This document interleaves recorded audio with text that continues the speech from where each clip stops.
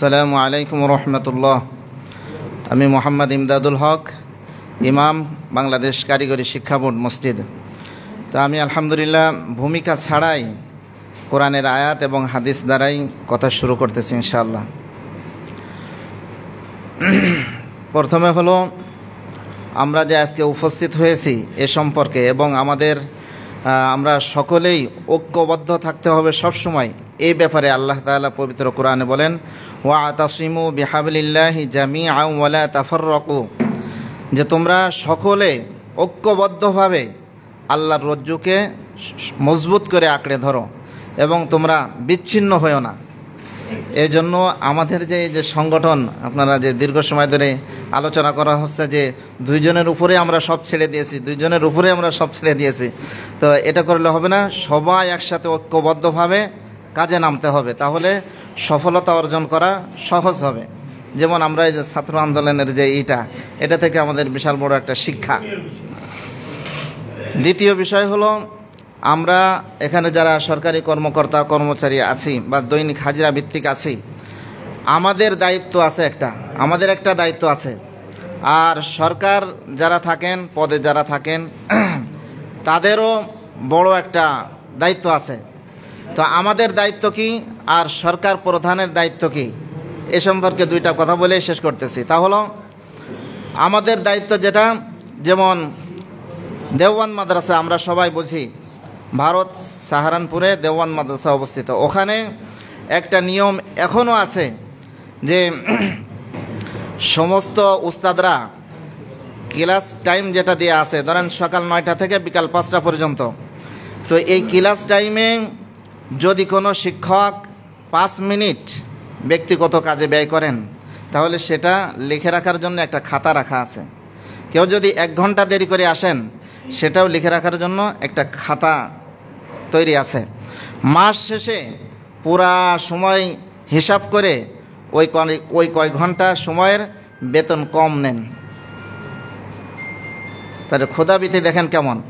আমাদেরও উচিত, আমরা যারা এখানে আমরা সরকারি অফিস আদালতে উপস্থিত হই, যদি কেউ এরকম ব্যক্তিগত কাজে আমরা সময় ব্যয় করি, তাহলে আমাদের ওই সময়টা লিখে রেখে মাস শেষে ওই সময়ের বেতনটা কম নেওয়া, এটা হলো আমাদের উচিত। আর তাহলে আমাদের বেতনটা পুরোপুরি হালাল হবে, ঠিক না বে ঠিক? তা না হলে ওই 1 মণ দুধের ভিতরে 1 ফোঁটা চানার মতোই হয়ে যাবে। পুরা মাসের বেতন হালাল, এই 5 মিনিটের জন্য বা 1 ঘন্টার জন্য এটা হারাম হয়ে যাবে। তা আরেকটা বিষয় হলো, সরকার প্রধান যারা থাকবেন, সেটা বিএনপির হোক, জামাত ইসলামের হোক বা অন্য যে কোনো দলের হোক, যিনি থাকবেন, তার পক্ষ থেকে উচিত যেটা, তা হলো আমিরুল মুমিনিন হজরত ওমর ফারুক রাদিয়াল্লাহু তাআলা আনহুর জামানায় 2টা ঘটনা আমি বলতেছি। তা একটা হলো, একবার এক কর্মচারী, দোকানের কর্মচারী, সে 3 মাসের সে বেতন টাকা চুরি করছে। এরপরে সে স্বীকারও করছে। স্বীকার করার পর তারপরে তাকে জিজ্ঞাসা করা হয়েছে, তুমি এই টাকা কেন চুরি করিলে? তখন তিনি বলছে যে আমাকে আমার মালিক 3 মাস বেতন দেয় না। কয় মাস? 3 মাস বেতন দেয় না। আমি 3 মাসের বেতন হিসাব করে ক্যাশ থেকে আমি নিয়েছি। 1 টাকা বেশিও নিয়ে নাই, 1 টাকা কমও নিয়ে নাই। আমার পরিবার আছে, আমার সন্তান আছে, এজন্য আমি এটা আমার দেয়ালে পিঠ থেকে গিয়েছিল, আমি নিয়েছি, আমি অন্যায় করি নাই। তো এই কারণে তাকে ছেড়ে দেওয়া হয়েছে। আর একটা বিষয়, তা হলো হজরত ওমর ফারুক রাদিয়াল্লাহু তাআলা আনহুর জামানায় বেতন ধার্য যেভাবে ছিল প্রত্যেক কর্মচারী কর্মকর্তার, তা হলো যেই পরিবারের সদস্য যত বেশি, সেই ব্যক্তির, সেই কর্মচারীর, সেই কর্মকর্তার বেতন তত বেশি ছিল। যার পরিবারে 10 জন ছিল তার বেতন বেশি ছিল, যার পরিবারে 3 জন ছিল তার বেতন কম ছিল। তো এই ধরনের যদি হয়, এরকম যদি করা যায়, তাহলে দেখবেন যে আমাদের যে সব দিক থেকে ভালো হবে, পরিবার চালানো সহজ হবে।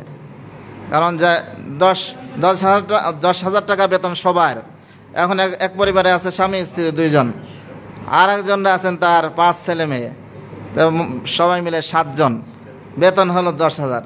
তাহলে তো একজনের খরচ বেশি আরেকজনের খরচ কম, টাকা তো একই। তো এই জন্য এরকম অনেক বিষয় আছে। তো আমরা আসলে অভাবে স্বভাব নষ্ট হয়, এটা আমরা সবাই জানি, অভাবে স্বভাব নষ্ট হয়।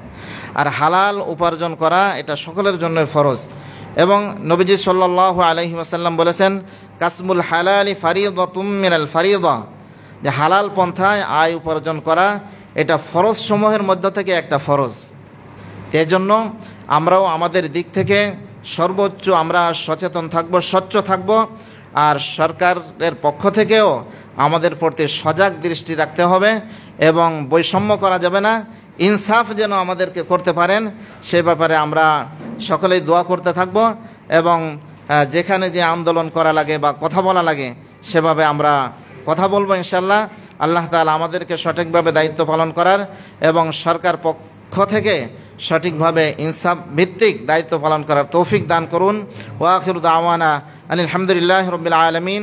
আসসালামু আলাইকুম ওয়া রাহমাতুল্লাহি ওয়া বারাকাতুহু।